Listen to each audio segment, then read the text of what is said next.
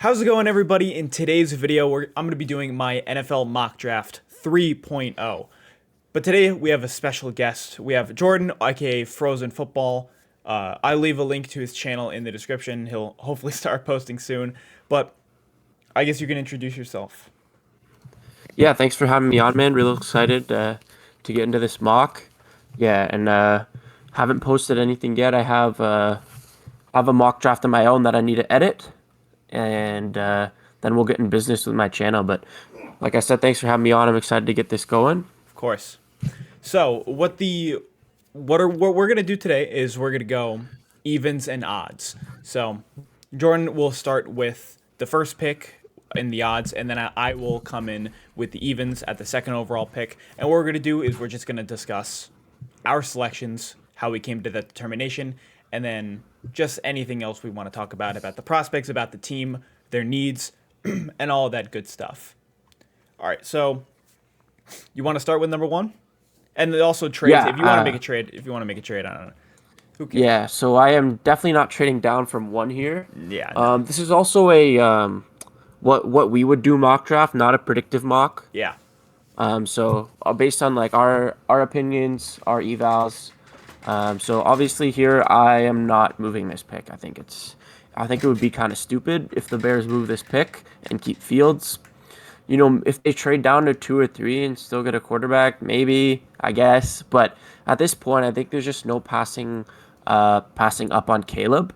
So yeah, we're just gonna grab Caleb here at one. One of the highest ceiling quarterbacks we've seen in quite a while. He's got some special traits. You know, just a guy you want in your building to help develop. You got a lot of assets to build around him. So I think it's the right move to go and Yeah. take Caleb here instead of keeping Keeping Fields. Fields. Yeah, I would tend to agree. I would say I do like Fields. I have nothing against him as a player. I like his ability, especially on the ground. But I mean, as a passer, I think has just struggled to develop overall. And I think Caleb, you can reset your financial obligation at the quarterback position. You reset the clock, and plus you're already in an upswing with the defense. Defense looked a lot better, especially after the Montez Sweat trade. But big thing is just build around wide receiver 2. Now that DJ Moore is Yeah. your definitive one, that would be what you probably look for at 9. We'll get to that. For the Washington Focus on the Commanders, weapons at 9, yeah. of course.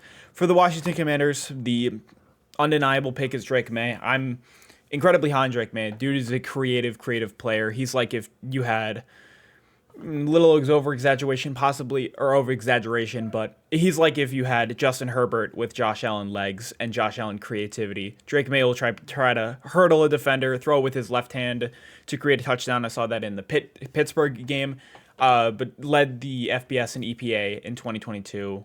Had a bit of a fall, had a bit of a down year. Just get 9 interceptions, 24 touchdowns this year. But Drake May is easily my quarterback too. Arguably the quarterback 1 in the class. Some people I know do prefer Drake May over Caleb. The arm talent is obviously there, but I do prefer Caleb, and I think he'll go number 1. And then not at all a misstep with Drake May. I think it's 1A, 1B. So the Commanders would be definitely happy with this pick, as they already have a good wide receiver core built already with Terry McLaurin, Jahan Dotson, Curtis Samuel, but they need to rebuild that offensive line. Yeah, certainly. I think that's also the right pick there. Just take May. Don't overcomplicate it. Get your guy you can build around with some good weapons here as well. May did look better in 2022 when he had like more weapons to play with. This year, his best receivers out half the year. You know, Yep. get a bit of lack of chemistry there maybe, and that's also one of his weapons. You know, but now he's coming in with McLaurin. Hopefully, he can help revive Jahan Dotson's career Yeah. after a bit of a sophomore slump there. And I think he's going into a good situation. This is probably one of the better situations in terms of like a really young, talented quarterback. You know, there are a lot worse situations you could be in. Pats, uh, and I know. I'm yeah, glad I don't it's have definitely the them. right pick there. Patriots are such an interesting pick. I'd wonder there are two players that are always consistently mocked the Patriots. I'm wondering who you're gonna pick. So I have pick 3 here. You are evens, and I'm going to give the Atlanta Falcons a call and ask if you want to come up here for Daniels. What would you say? Falcons. Would If you I'm the want to come Falcons, up? I'm giving 2 in a second. This year, next year in a second. This year, like Like 8, round 8. 1 next year, Yeah, and 8. 43. Yeah. Yeah, I will do that. All right. So So I now guess you can take 3 here for the Falcons. take 3. and I'll I'm take 8. taking real easy one. I'm taking Jaden Obviously. Daniels. Taking JD. I mean, Heisman winner. The dude is maybe arguably outside of Lamar Jackson is maybe the best rushing quarterback at the college level we've ever seen. Shout out to Michael Vick. But Lamar Jackson was, I think, arguably the greatest rushing quarterback in college football history. And now you got to get Jaden Daniels 1,134 yards on the ground. He is fast. I would not be surprised if he's a 4.4 guy. He's a good thrower. He was the best deep field passer in the FBS this year. For 20 touchdowns to 0 interceptions on throws with 20 plus air yards, as well as I think the only issue with him is going from one read to second read, because he really loves to scramble. His scramble ability is going to be there, minimum, but it's more of the question if you can develop as a passer. And I think for the Falcons, it does not matter, because their attack is the rushing game. Tyler Algier drafted Bijan Robinson 8th overall, and you got your Brian Thomas Jr. essential guy in Drake London, who is phenomenal at the catch point, and has also got good deep field speed. Now, they really need to invest heavily into wide receiver too. Mac Hollins is gone in free agency this year, but if that rushing attack, that offensive line is already built, Chris Lindstrom is arguably the best guard in the NFL. You already have your center, you have your left tackle as well. I think that the rushing game with Jaden Daniels would immediately be a top 5 thing in the league. So now your pick. Yeah, at 4. certainly.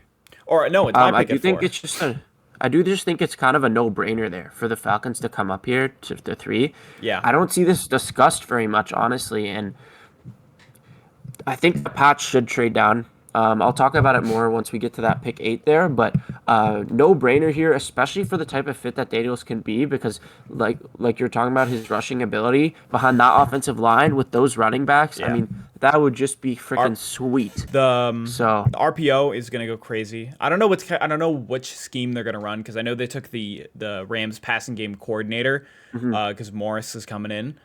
I wonder Robinson? how. Yeah, Robin. I forgot his first name though, but Zach Robinson. Okay. Robinson. I wonder what kind of scheme they're gonna do. I would assume it's gonna be zone rushing style, because that's what Bijan Robinson thrives in. That's what Jaden Daniels would thrive in. Yeah. But now Yeah, it's it'll my be pick. interesting to see. I think I have another pick at 4 though. Yeah, you do.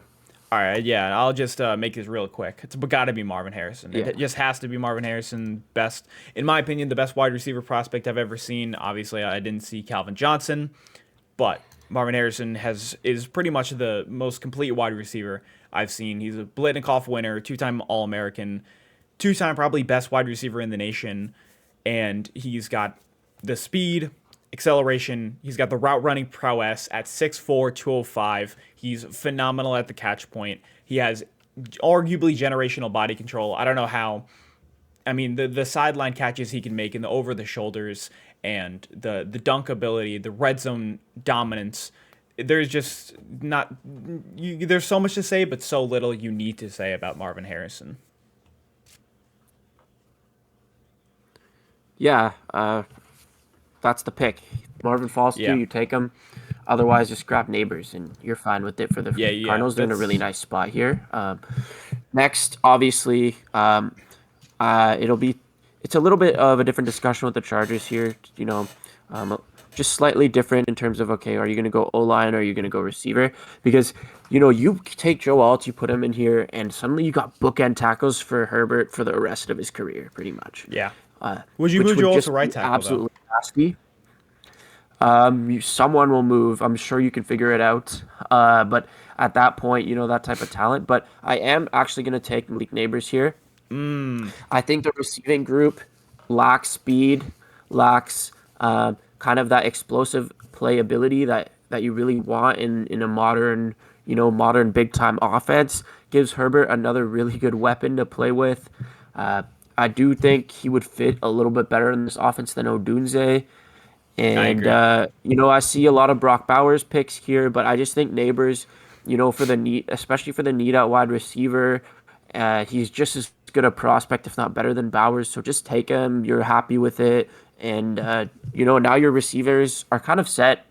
Maybe you do need one more, but hopefully Johnson can actually develop next year, and then suddenly you might have one of the better receiving cores in the league. Yeah, I agree. I think Malik Neighbors is a perfect addition to Justin Herbert and that new offense that they're going to have. And now you get this is maybe not saying that Roman Wilson is nearly as good as Malik Neighbors, but what Roman Wilson did in this scheme is what essentially Malik Neighbors would have done anyways, which is a crossers guy, somebody you target intermediate and just let him eat after the catch. And Yeah. that's what Roman Wilson did at Michigan, thrived, and they won the national championship with Harbaugh. But Joel is an interesting one that I see. I think Rashawn Slater would be able to move over the right side. I think that Slater would be the one to move because I think Slater played at Yeah. right tackle. I think he played at right tackle in 2021 at Northwestern. Yeah, I think yeah, it does make sense to take all. Really, you can't go wrong there. So the Chargers Yeah. are just in a really nice spot. Chargers are in a really, really nice spot. But moving on to number 6, this is instantly the pick that I think I always love to go with this trifecta of wide receivers because they're just so close in my rankings. I do understand maybe Joe Alt try to get a right tackle in your future because Andrew Thomas is not moving from the left side. But I think they really need a wide receiver. Now, I don't love the fit for Odunze to the Giants, but I'm kind of forcing this pick because the Giants need more explosiveness in the wide receiver room. They need more after the catch. They need more everything. They need more receiver ability in the red zone. But the Giants are just not a team that creates a lot of big plays. Daniel Jones he only had 7 big time throws in his best year in 2022. Last year when they were hurt, Tyrod Taylor and Tommy DeVito were doing much more of the explosive plays. You're not going to have Saquon Barkley, so let's add some juice into the offense and get Rome Odunze at 6. I don't love the fit because the Giants, again, do not run explosive plays. They don't throw the ball deep a lot, which is Rome Odunze's best ability. But if he can just eat in the intermediate area and around the sidelines, just with over-the-shoulder catches and just dunking on people and trying to get something after the catch, it could be like a Garrett Wilson year where he's just carrying an entire wide receiver core. Yeah, and I think this is also more like you saying, it's not a good scheme fit. Maybe for year one, year two, but I think in terms of like a long term play, that just getting Odunze is perfect. I don't think Daniel Jones is probably not your guy for like in 3, 4, 5 years. So you just get a guy that you can really plug in. You feel pretty comfortable about him becoming like a number one receiver in the NFL. And, suddenly you've got like some nice complementary skill sets in that receiving room. Yeah. Like uh, Isaiah Hodgins running in the slot. He's a decent slot guy. Jalen Hyatt to stretch the field. He showed some flashes last year. So just those three things, like having complementary skill sets in your receiver room is actually like a really, really, really good thing. And just to you can use receivers to create space, create more space for yourself. And I think Dayball will be able to use like that to his advantage, and he can create a really Yeah. nice scheme for whichever quarterback's going to come in here after Daniel Jones. And then they also got Wandell Robinson, who kind of just mixes in everywhere. Exactly, yeah. So they've got some guys. Suddenly, the receiving core in a couple years could be one of the better ones in the league if everything turns out nice. Yeah, so your pick at 7. Yeah, very easy, Joe Alt. Yeah, This is like the most common mock pick I've seen. If Joe Alt falls to 7, you take Joe Alt. There's no debate, especially with all three receivers gone. yeah. If there's a receiver there, at least you think about something else. Maybe But Brock with Bowers. all Maybe three you think about him. receivers gone, there's just no way you're passing on Joe Alt there. Sure up the left side of that line. Suddenly you got Skoronski and Alt and Will Levis, like protecting Will Levis. I mean, that is really nice. And even if Will Levis doesn't turn out to be the guy, you're at least building that foundation of the offense for the next guy. Or just helping out your team. You gotta help the quarterback out. You gotta help out your young quarterback. That's the way they're gonna succeed. They're not gonna succeed if you don't help them. Yeah. And this is a big help here. 2 years in a row, take an O line in the top 10. That's how you make sure your quarterback doesn't become a bust. Yeah, especially with Brian Callahan coming in from the Bengals, their entire problem, the whole problem with their team was tackle. And I assume that Brian Callahan wants to come in and immediately solve that issue, or try to, especially with Joe Alt, who's phenomenal technical ability. I do think Brock Bowers definitely is also in play, but I also see the Bengals, especially with Brian Callahan's offensive system, not put a tremendous emphasis on tight ends. However, a tremendous emphasis on slot guys. Look at how Tyler Boyd's been so productive. Jamar Chase was, I mean, he played in the slot a good amount in his rookie year in 8. So I'd wonder if they would love to go to Brock Bowers here. But Joe Alt is, again, the Bengals had offensive line problems for the entire Brian Callahan offensive coordinator era. So now with the Titans, solve up that other offensive lineman spot at left tackle. But this is your pick again at 8. It is, yep. And here, so I traded down with the Pats. Like I was saying earlier, I think the thing that'll make quarterbacks bust the most is surrounding situation. You need to have a surrounding cast to help him develop, help him grow. Otherwise, he's going to build bad tendencies. He's not going to develop his game. And I just think if you take a quarterback here for the Patriots, you've got a freaking wasteland on offensive line. You've got a terrible receiver room. There's a real good chance that quarterback you take busts. And I think that is not a risk worth taking, especially if you could come down to number 8 and keep one of the blue chip guys in this class. I think there's about 8 blue chip guys, or 9 even. The 3 receivers, the 2 tackles, the 3 quarterbacks, and Brock Bowers. So if you can come down and go to pick 8, get one of these blue chip guys, get an extra first next year, get an extra second this year. Now suddenly you have 2 seconds to play with this year to help out your quarterback next year. You have 2 firsts that you can use as ammo to come get a QB next year when you'll actually have a good surrounding situation. I think that's just the right play. I think it's actually a really tough decision for me here between Fashanu and Bowers, because I really want a tackle to help protect that QB. But I do acknowledge that Brock Bowers is such a good player and that there are still no weapons here. So I think we'll just go best player available if they're both big needs. So we'll take Brock Bowers. Both of those spots are huge needs for the Patriots.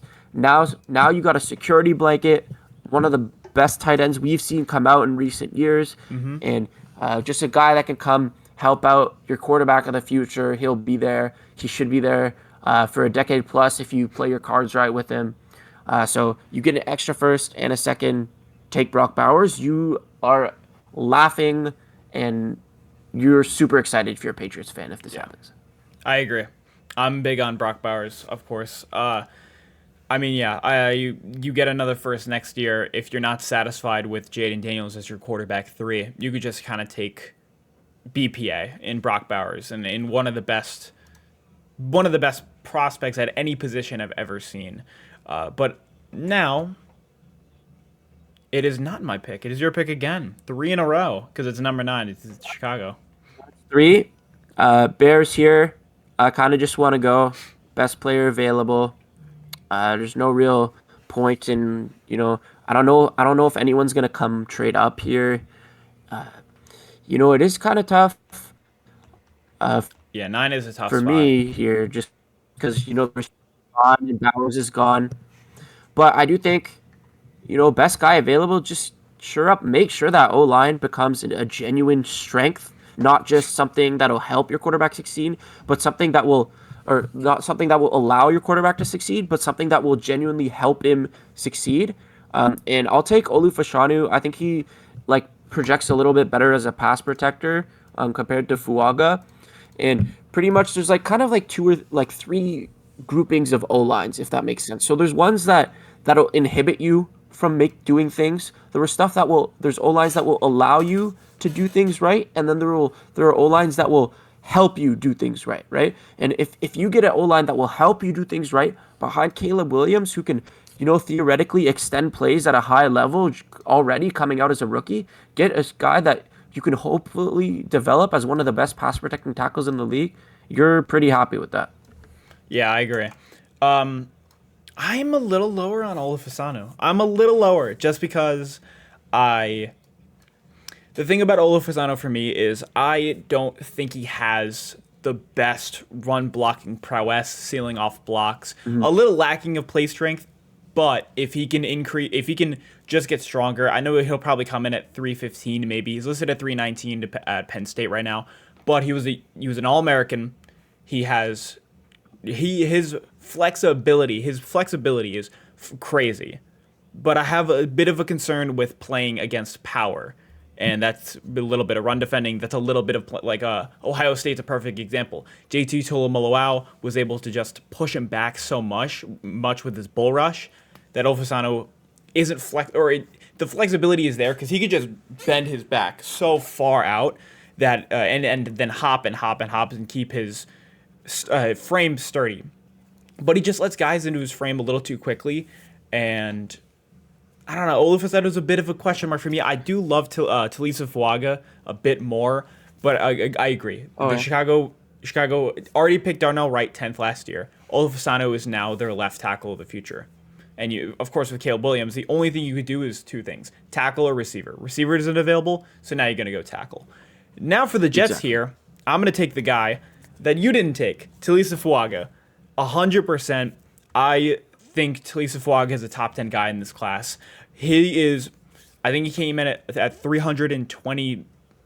I don't know exactly the weight, but he's listed at 330, and the combine will determine that. But he's huge, 6'5", 320 plus pounds, and he moves very well for his size, especially in the second level. And he is a run blocking monster, highest rated run blocker according to PFF, and that really did show on tape.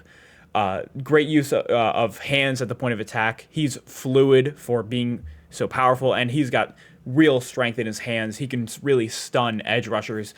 But I do think his lateral quickness is a bit lacking, and that could either make him susceptible to really fast outside edge rushers. This is one of the things that I had an issue with Mekhi Becton, who obviously Mekhi Becton led the league in sacks at left tackle for the Jets.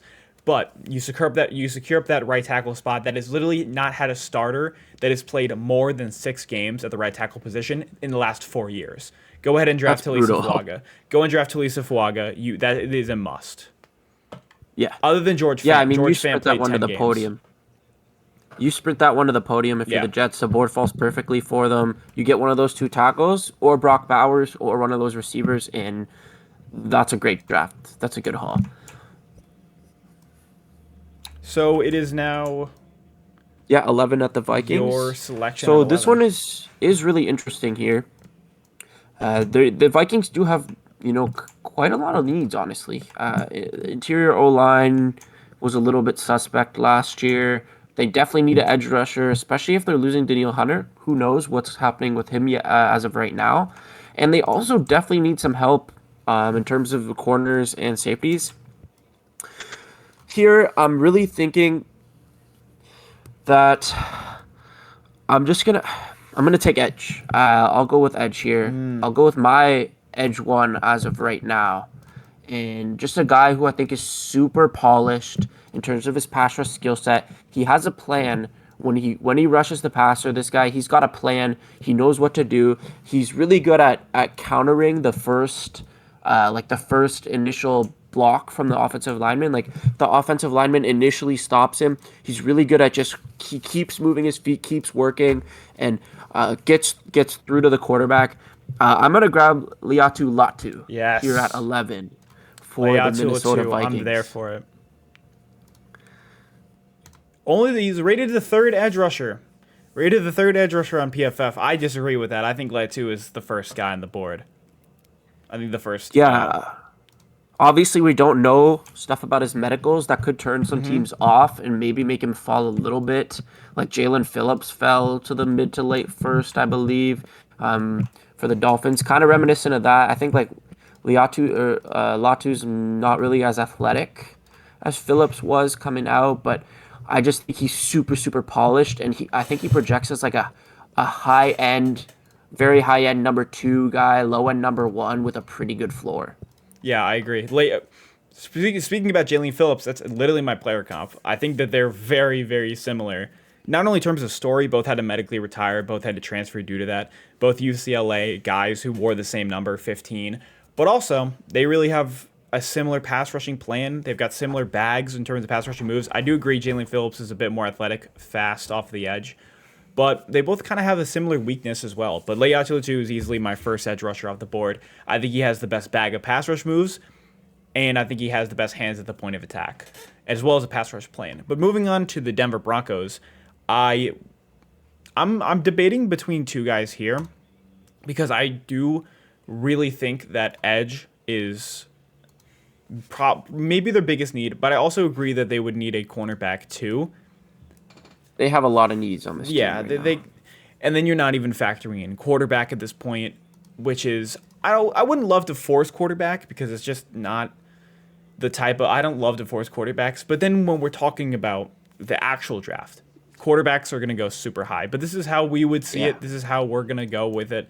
I believe that they need a true three down edge rusher, and I'm going to go with Jared Verse because Jared Verse has one of the best, or he has arguably one of the best power rushes next to guys like Darius Robinson for the edge position. He has good speed, good technique, and overall he can play the run, he can shed blocks, and he can be a really good pass rusher. He didn't have the best start to the year, only had around 4 sacks in the first 10 games, but then in the last 3 had 6 sacks. I think he had 9.5 to finish the year.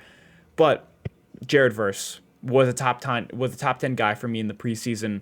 I'm going to go ahead and select him to the Denver Broncos, who've got really good situational pass rushers. You got Nick Bonito and Baron Browning at the edge, but are those guys three down guys? Because but Baron Browning struggles against the run. Get Jared Verse to put him in Oh, there as yeah. a three down rusher who can help set the edge more.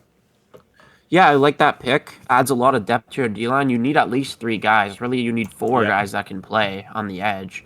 And it's definitely a good pick there. It's a big need, good player. So I'm definitely down for that pick for the Broncos. 13 here, we got the Raiders.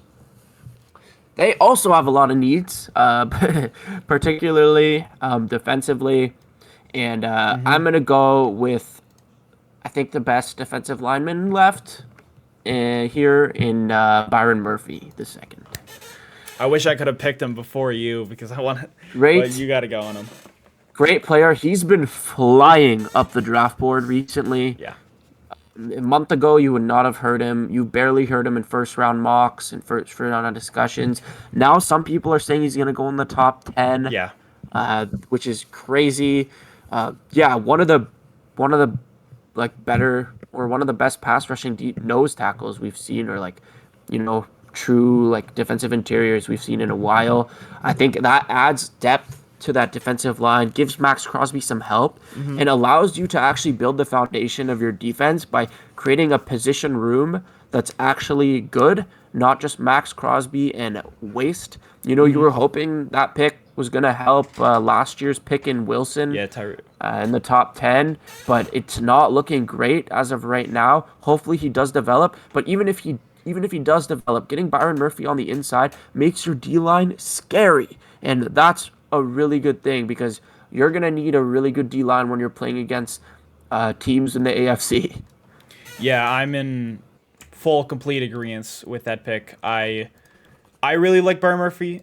I don't know if I'm on the start of the hype train, but I definitely was because he is my 9th overall player in the class. I know PFF recently just ranked him at 12. I was before you guys. PFF, I was a little earlier to the train than you guys. But Byron Murphy, 19.6 pass rush win rate. He was first in pass rushing productivity for all interior and defensive linemen. And that's because and even with that, he got all the double teams. All the double teams that you could have imagined at Texas. Your football mind would have think, oh, the Tavondre Sweat. He's the nose tackle. He's the guy that's getting all the double teams. Well, no, Tavondre Sweat was actually the guy that was at the 3 tech, the 4i. He was the outside guy at 360 pounds. Byron Murphy is the nose tackle. He's playing at the A gap, 152 snaps at nose tackle, and he's getting all the double teams, but it doesn't matter because 19.6 pass rush win rate led the FBS. I'm super high on Byron Murphy. Reminds me a lot of Grady Jarrett. But now with the Saints, that was actually going to be my pick with the Saints. The Saints, if Byron Murphy is available, the Saints must take Byron Murphy because I think that's one of their biggest needs. Oh, that would be disgusting. Add him with to Bresee. I was about to say the athletic monster that Brian Bresee is. Add Byron Murphy to the interior. How are you gonna? You can't double team that. And then you got Cameron Jordan on the outside still too, who's playing at an elite level. But now, I got to go with another pick, and I have to go with an incredibly fun one in Amarius Mims. Amarius Mims. My only question about him is the snap count. My only question about him is the snap count because he only played 200. Or he only played 300 this year. Played 383 last year. But Amarius Mims is. I really, really wonder what his RAS is going to be because he looks extremely athletic for a 340-pound lineman. He's big. He's also young, only 21 years old, 6'7", 340, with athletic profile, and he's got good lateral quickness and solid technique. His pressure rate allowed was only 1%. His pass blocking efficiency was 99 this year. Amarius Mims is flying up my top 50. I would love to get to the film to him. I saw a little bit when I was watching Brock Bowers, especially in 2022. But Amarius Mims is a guy that I really like. And I think for the Saints, Trevor Penning has not really worked out. Rhymes Ramczyk has been on and off the last 2 years. Reportedly has a degenerative knee issue that's keeping him off the field. So now you probably arguably get one of your biggest needs in tackle with Amarius Mims. Now this is a boomer bust guy because he is low snap count, injured twice, but this is the potential pick. This is the guy that you're gonna hopefully have for the next couple of years, especially at right tackle, premium position. Yeah, I like it. I'm a fan of that pick for sure. I think Mims, if he develops the right way, he could become really, really, really good. Yeah. And yeah, they certainly need a tackle, one of the better players available. That's definitely the right pick. Here, 15 with the Colts. I mean, this board looks pretty good for the Colts, in my opinion. You get your pick of the litter from all these corners. You could also go with Powers Johnson, Ryan Kelly getting up there in age, the rest of the interior O-line, French fries, maybe not as good as the name might make you think with Will French and those guys on the inside. But I do think I'm going to go corner here. There's too many guys here. One of these guys, the Colts have to like one of these guys, one of these top corners here. And I am going to go with Nate Wiggins. I do think he might be better than Terrion Arnold. I know a lot of people have Arnold a little bit higher than Wiggins, but I think we'll see at the combine. But I think Wiggins will test out of this world, and once he does, I don't think it's as much of a debate as with Arnold. I just think he's got really prototypical size. He moves very, very well around the field. He's a guy you definitely want. And, we'll take Nate Wiggins here at 15. Yeah, I have Nate Wiggins. I do have Nate Wiggins above Terrion Arnold, speaking about it. I do like the Cooper DeJean, Quinyon Mitchell discourse, though. I think these two guys are phenomenal. But again, Nate Wiggins, he was my cornerback one for a long time in the regular season until he did take a little stint with getting injured. But pre-injury and in 2022, he was phenomenal. And again, I do like the prototypical. He is a more prototypical cornerback, 6'2", 185. Also can play man, end zone, and a Clemson defensive guy. Clemson defenses are players. You go to Clemson defense, you're a phenomenal player. But for the Seattle Seahawks, I'd love to take edge for them, but it depends because they just changed scheme with Mike McDonald.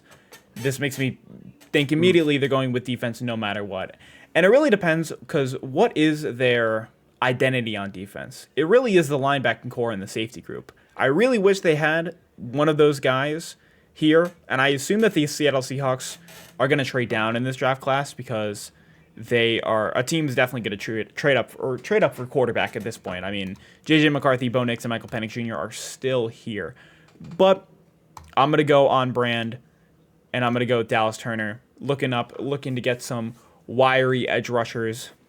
Dallas Turner's got some of the best pass rushing ability in this class. I mean, he's got great bend, great quick first step off of the line of scrimmage. He was a 5-star recruit out of high school, and 10 sacks this year, 54 pressures, if I'm not wrong, 20% pass rush win rate. But I do have a bit of a question mark. The reason why I'm picking Dallas Turner third out of the top 3 edge rushers is because I think he lacks a bit of consistency on a down-to-down basis, and I do think he also lacks a bit of power and run defending ability. But I think for the Seattle Seahawks, you need a bit more of pass rushing juice. Boye Mafe had a great year last year. And then you signed Jermont Jones in the offseason as your 4i. But they are going to move scheme. I think they're going to move.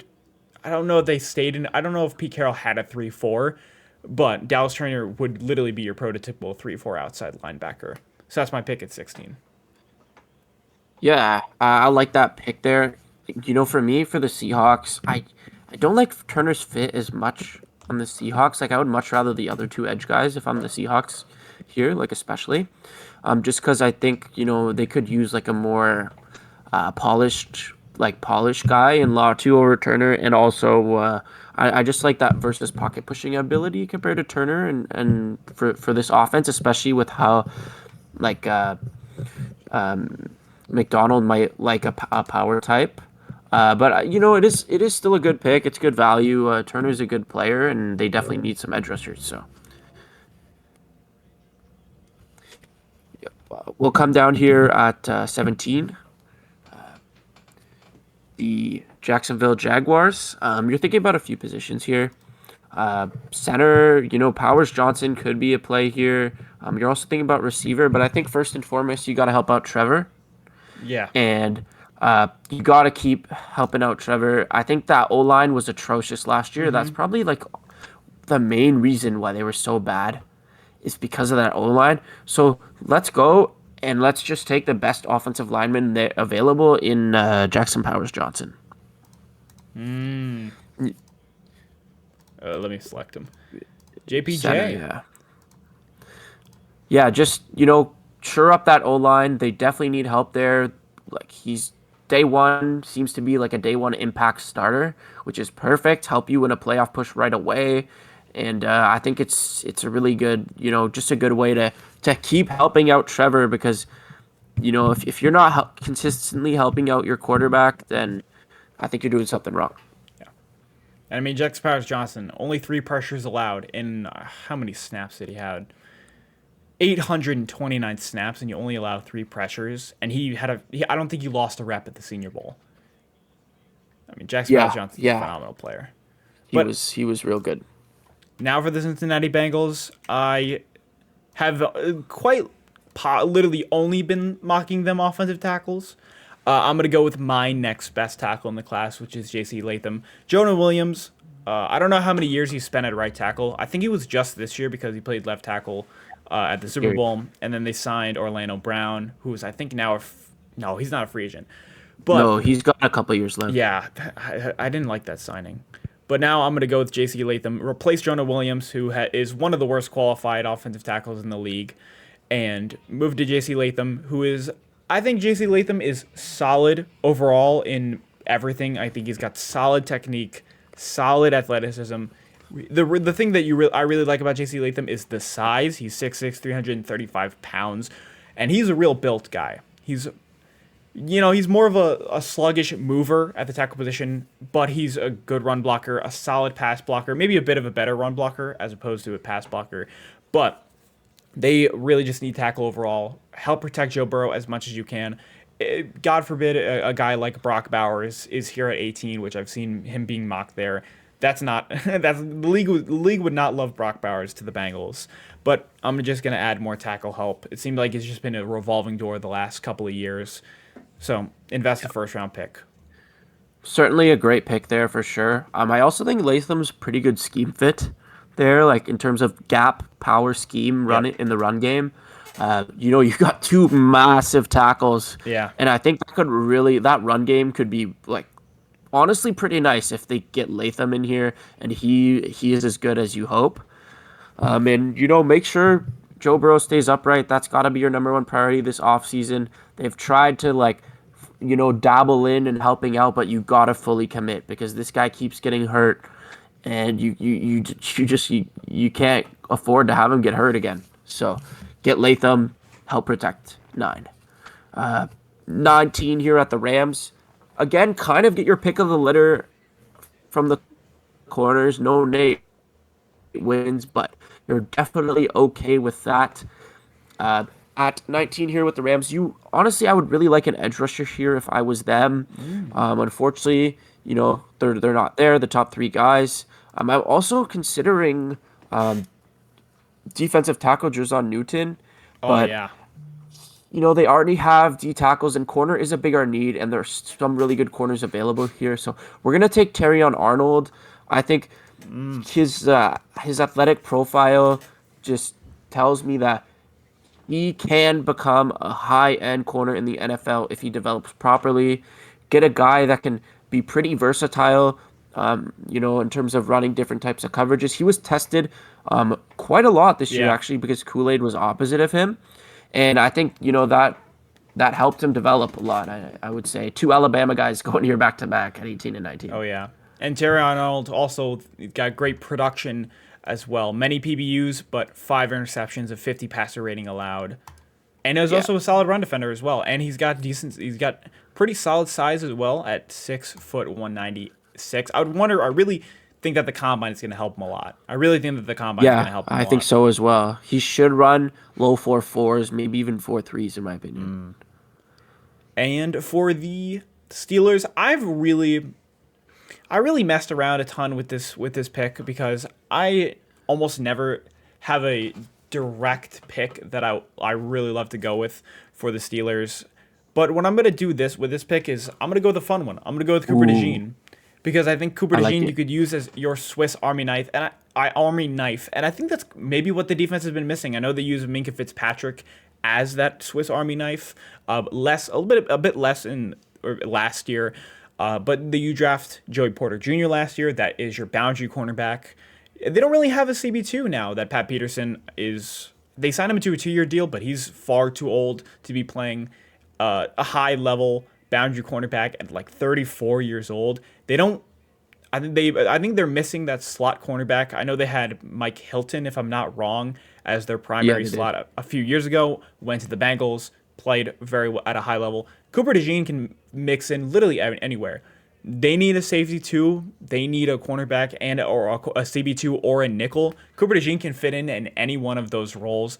Very solid run defender, great hands, good coverage ability, and good fluid hips as well as the statistical numbers. 37.8 passer rating allowed is ridiculous. Iowa's defense was so great. 5 interceptions in 2022. 2 in this year, 0 touchdowns allowed.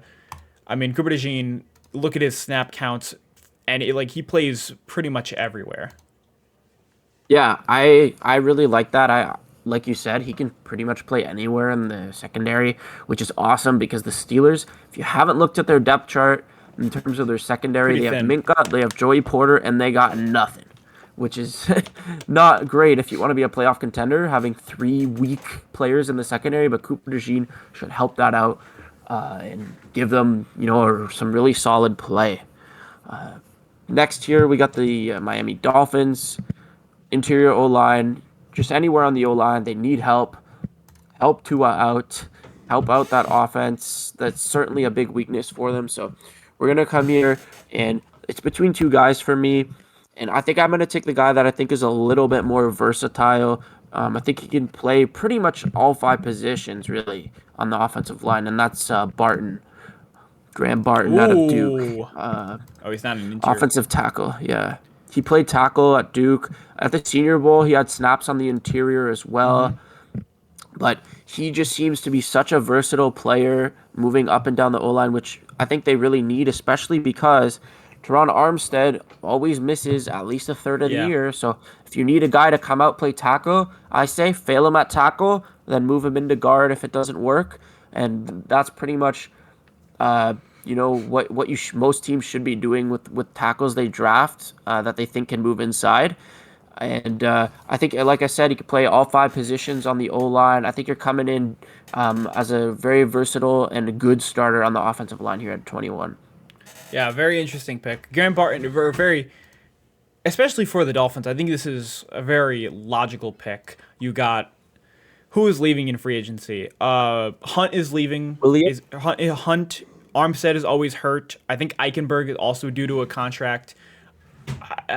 Connor Williams, Yeah. he's also an unrestricted free agent if I'm not incorrect. I agree. Yeah, I I believe like so. that positional versatility. The fun thing about Graham Barton is mock draft simulators literally have him everywhere. Some have him tackle, some have him interior defensive lineman. One had him as a center. Yep. He can play Yeah, a lot of positions. At the Senior Bowl, he took snaps everywhere. So. Mm-hmm.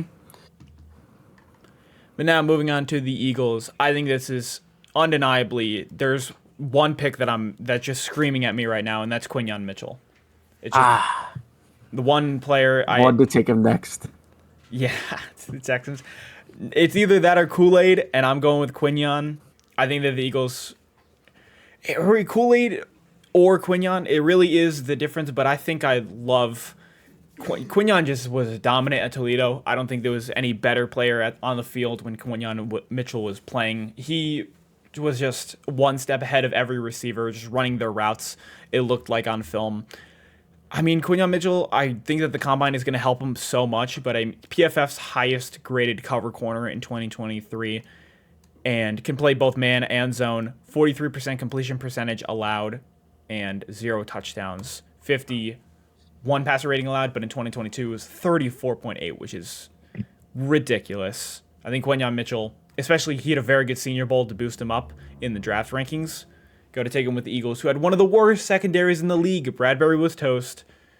You have Slay on the downturn. They did draft Ricks, or no, they signed Ricks in unrestricted free agent, and they got Keely Ringo, but both of those are very inconsistent. I think they need a guy to step in there right away and fix that secondary. Yeah, that's definitely the right pick. There's a lot of corners in this class, luckily for the Eagles, that should go around that range. And it turns out one of them falls to him, grab him, and, run to the podium with it because it's a huge need, and it's a guy, that's a really good player. I did want to take him for the Texans there, but unfortunately I can't. So let's just give D'Amico Ryans another little piece to play with here on his D line. We're gonna take Johnny Newton. Oh yeah. I think they do have some needs on the interior D line. It's who's in there, like Collins or not too Sheldon sure, Rankins. but yeah, and so they could use another guy. Now back-to-back first-round picks on the D line. Suddenly, that's a pretty scary D line if Newton can be, a player that you want him to be. Seems to be like a really good pass rusher coming in. Maybe not as much of a run defender, but he could still really come out and make a big impact on this D line and create a lot more versatility in terms of like how you're going to scheme up the D line for D'Amico Ryans. Yeah, I mean that's a really fun pick. I mean, I've been so high on Jer'Zhan Newton even since last year. He's a phenomenal pass rusher. 8 sacks for an interior defensive lineman is a ton. He was crazy good at Illinois at generating pressure last year. And that's super not fun for any NFC South team because now you got to deal with Will Anderson, Jonathan Greenlaw, or Grenard. I forgot his name, but he had like 9.5 sacks. But Will Anderson, Rookie of the Year, Adam with Jer'Zhan Newton. Imagine if they're rushing on the same side. How are you gonna deal with that? I mean, that's You can't double team both of them. No, I mean Jer'Zhan Newton. I hate to make a Madden reference, but if he had like a finesse move ability, it would be like in the 90s. His finesse rush or his rushing ability is phenomenal. He's such a fluid pass rusher, and it's for an interior defensive lineman. And I think he's a little light. He is a bit light for the position at 295 pounds. So he's going to play that 4i 3 tech. but he's very quick off the line and he's fluid, and he's a crazy pass rusher. It's very hard to guard him on a consistent basis one-on-one. But now I'm going to move on to the Cowboys. Cowboys are such an interesting pick because I really have just kind of fallen in love with one pick for the Dallas Cowboys, and it's kind of an maybe not unrealistic, but I think it's the perfect move, and I think it's a crazy move, but I'm going to pick it because I don't see them taking maybe Brian Thomas Jr. or Troy Franklin, but I think that they need this more than they do anything. They need some run defending. And what happened in the playoffs? What happened in the playoffs? They got ran all over, and I think that they're going to need the best run defender in this class. 12.8% run stop rate, 92 run grade, and it showed up on tape all the time. He's for a 364-pound defensive lineman. He's very athletic and quick. He has great lateral quickness, and he also has the power to plug gaps. Now you got Mike Zimmer as your defensive coordinator. Micah Parsons isn't going to be a true edge anymore. At least that's I think. Micah Parsons is going to be more of an A-gap blitzer. He's going to be he's just going to be a jack. He's going to do everything.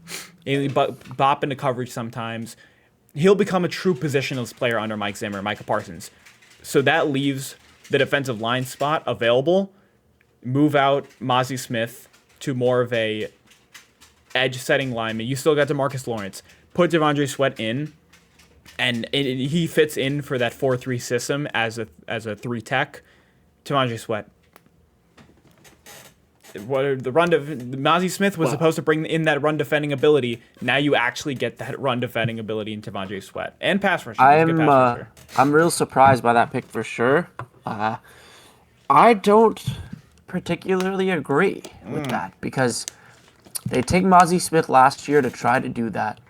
Doesn't work out. Year before, they took Tyler Smith, who's a guard. So that's 3 years in a row where you're kind of taking lower valuable positions in the first round. You just tried to do this last year with Smith, and I guess you kind of got to ignore the sunk cost here, but back-to-back years on the same position is kind of rough.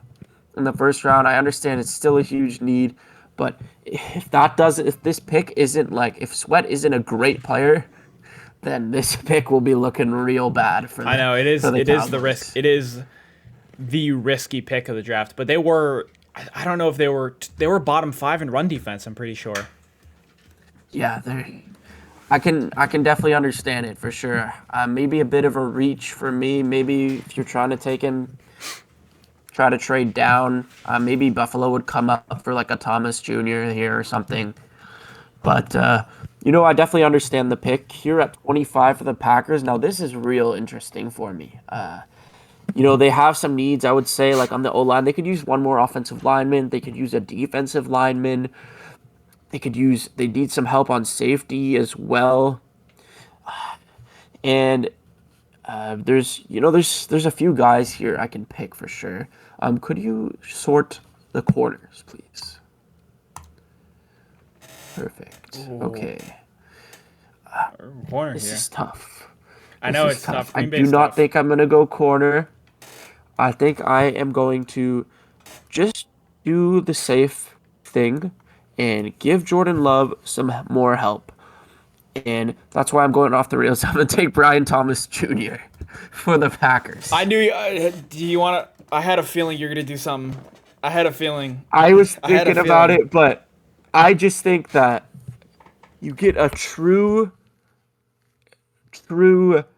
deep threat on this offense with already all the guys you have. Suddenly you probably have the deepest wide receiver core in the NFL if Brian Thomas Jr. is a good player. That's never a bad thing. And you give Jordan Love some help. You give him, a true deep threat. You already got some guys that can work the short intermediate game. And suddenly that offense is looking really, really scary. Madman over here. We got a madman. Oh, Brian Thomas. That receiver core is not fair. That's... How do you defend that receiver core? It sucks, too, because I wanted to take him for the Cardinals. That's a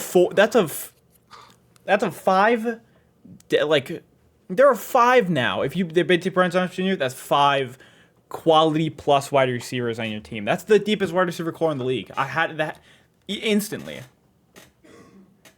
Yeah. I mean, yeah, that's Christian. I mean, you already had so many breakout years. Like Dontavius Wicks was their wide receiver 4, and he was killing it. Jaden Reed, phenomenal. Christian Watson, phenomenal. Arguably, their Dobbs was probably their best guy. Add Brian Thomas Jr. They're going to have to run 4. They're going to be running 4 wide receiver sets all the time, and plus they got a good a deep tight end room too. Yeah. Just an embarrassment of riches for them, but that's how the board fell, and I was comfortable taking them. So That's a fun. That would knock me out of my seat if that happened in the draft. that would be nuts.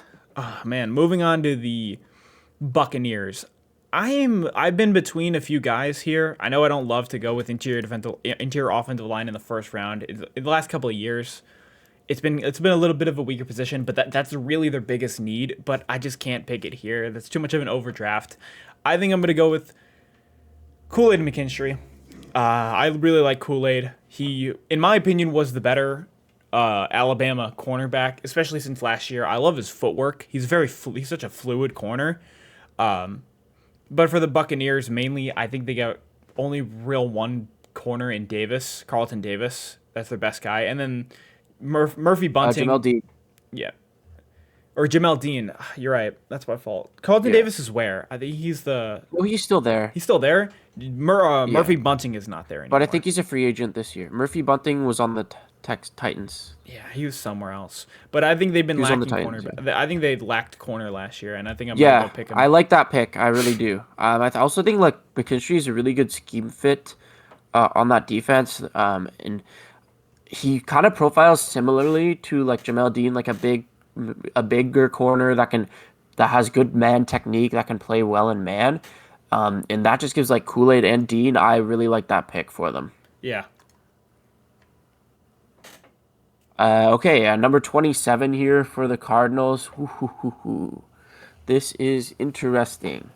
So I could go. I thinking O-line or wide receiver. We already took Marv. Oh yeah, we did. So that means we have Rondale Moore, Marvin Harrison, and Wilson. So there's definitely some place to go receiver here, but I think, oh man, Troy Franklin would be so nice on this team though. I know.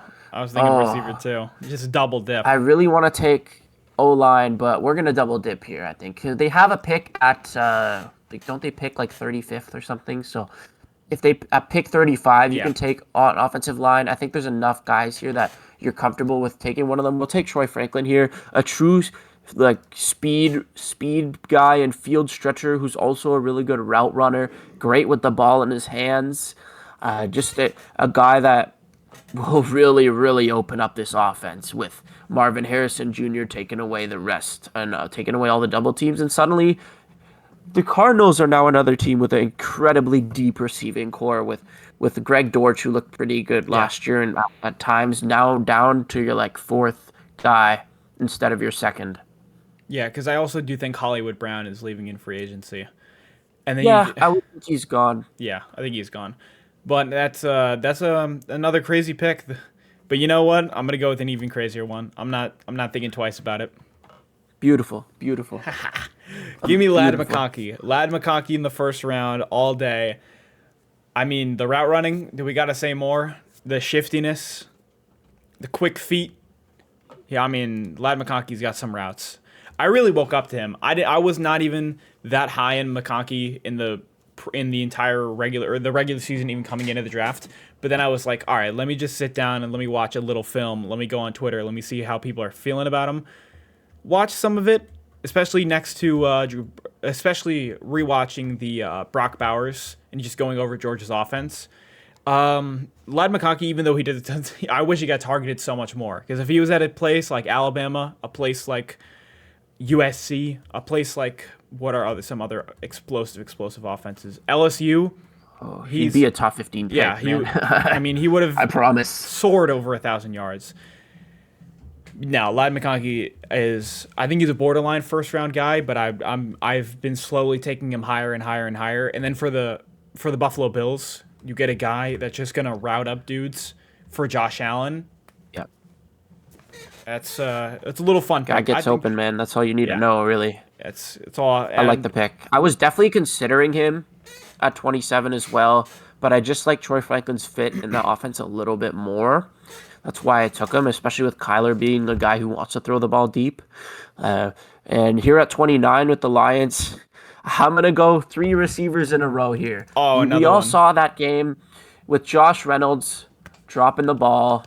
And, their only real receiver, Williams, you hope he can develop more, but their only real receiver is Amon-Ra, and they need some help there. I kind of wanted to take guard here, but like I said, or not like I said, but receivers are a more valuable position in my opinion than guard. So we're going to take AD Mitchell here out of Texas. Just a true outside receiver who runs some pretty crisp routes, has got some really, really good hands, and he's pretty good in catch situations as well.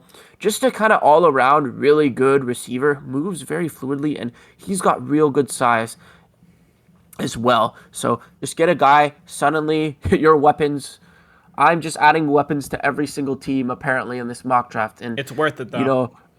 It is, because now instead of throwing that ball to Josh Reynolds on 4th and 3 and 3rd and 3, it's AD Mitchell, and AD Mitchell rarely drops the ball. Oh yeah, no.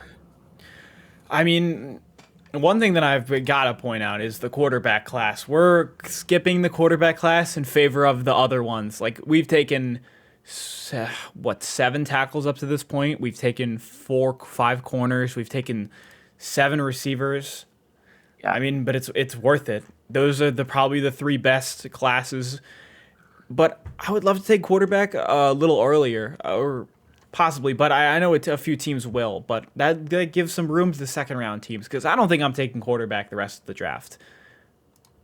Yeah, not unless we're trading up here, but For the oh no, I gotta oh yeah, I gotta do it. so many receivers. I Many mean, receivers are going. it's gotta happen, because you're telling me that the Ravens don't need a jump ball guy. They don't need an acrobat. They don't need a 6'4" guy. That's what they need. Zay Flowers, Bateman, OBJ is not gonna stay. But they got 2 best slot guys, and then where's their other receiver? Did they have anybody that was a jump ball guy other than Isaiah Likely? Get a boundary guy. Get a boundary receiver in Keon Coleman. I know people don't love him as much because they see the receiving yards and the route tree and the contested targets. But I don't think the Florida State scheme was that tailor fit to him. And then when you look at Michigan State, when they had him, and the contested catch rate was up from when it was 32 this year, it was 67 last year, and plenty contested targets this year. Yeah, I'm not as high on Coleman. I don't even think I wouldn't take him in the first round, but I do understand the fit here, and based on all the receivers that have gone off the board, I think this is a pretty good pick. Just a guy that you got to give Lamar a bit of a safety blanket in terms of, throw up a 50-50 ball, make it 60-40 for your receiver, And Keon Coleman's the type of guy that'll do that. He's got really good athleticism, basketball background type of guy. So he can box out dudes, get up high at the catch point, make some great catches. And yeah, I think he's a really, really nice scheme fit, or just fit in general into this offense. And I respect that pick for sure. Moving on here at 31 for the San Francisco 49ers. This is one in all my mock drafts. I've been mocking this player to the Niners. I think it's just such a good fit for me. They desperately need help on the offensive line. And Tyler Guyton is the guy for me. Extremely athletic player, can move like nobody's business for a guy that's pretty big for an offensive lineman. He gets to come in here and learn under arguably the best offensive lineman of our generation in Trent Williams. He gets to come into a scheme that will get him on the move and get him moving. sometimes moving pockets, and especially in the run game, just get him running, blocking for Christian McCaffrey, Deebo Samuel into space. And I think it's just too good of a fit to not take Tyler Guyton at 31 if you're the 49ers. Yeah, I'm in complete agreement. I do think he's a bit raw in his technique, but I don't think that's going to matter because they're going to put him in situations where he's going to thrive, which is use your body and just seal off some blocks and get out into space. And I think that's the perfect situation for Tyler Guyton. And I think for 31 is the perfect place for him. I do see him going a bit like really high, probably where like Graham Barton would be going, but I think that the San Francisco 49ers is a near tailored fit for the San Francisco 49ers and himself. But we're on our last pick, and I would have taken receiver if our run on receivers wasn't so long. I don't think it's the right time for the Chiefs to take receiver if this is your bunch. The next closest guy that I think would be is Dontez Walker, but I think the Senior Bowl has kind of maybe turned me off a bit to him. He would be the closest guy. I wouldn't take him for the Chiefs here. Yeah. I'm thinking, you know what? I'm doing it. I am going to go with Troy Fautanu. I'm going to take offensive lineman, and I'm going to go with left tackle because you're losing Donovan. I forgot his name. They're losing their left tackle this year, Donovan Smith. Yeah. I'm going to go with Troy Fautanu, who has a great athletic profile, good pass blocker, but he was part of the best offensive line in college football, which was at Washington, and he was that blue chip left tackle there. And I'm going to take him for the Chiefs, who now seal up their second offensive tackle position. But I would have loved to take receiver if our run on receivers wasn't so long. Yeah, I'm in agreement. I like that pick there. You know, a lot of people are projecting him as a guard. Yeah. I do think he could try. You know, I think he could play tackle. I think he is good enough. So I say try him at tackle, fail him at tackle, move him into guard, like I've said. And, you know, Joe Thuney's getting up there in age, so eventually they will need a guard. So if he does fail at tackle, I see no problem with, you know, having him as like a Joe Thuney long-term replacement. And just, you know, keep that pipeline going for Patrick Mahomes. Don't let Patrick Mahomes have a bad O-line. Let him keep his career, you know, going. Let him have a long career by making sure he doesn't take as many hits. And that's a really good pick there if you're not going to go receiver. Yeah, especially because you look at the success he's had with lackluster receivers. I mean, 2 Super Bowls. Tyreek Hill, you win 2 back-to-back Super Bowls with Kadarius Toney, Sky Moore, Marquez Valdez-Scantling, Justin Watson, Rashee Rice. Rashee Rice and Juju Smith-Schuster are 2 very solid receivers. But are they Tyreek Hill? Absolutely not. And you look at how they built their offensive line.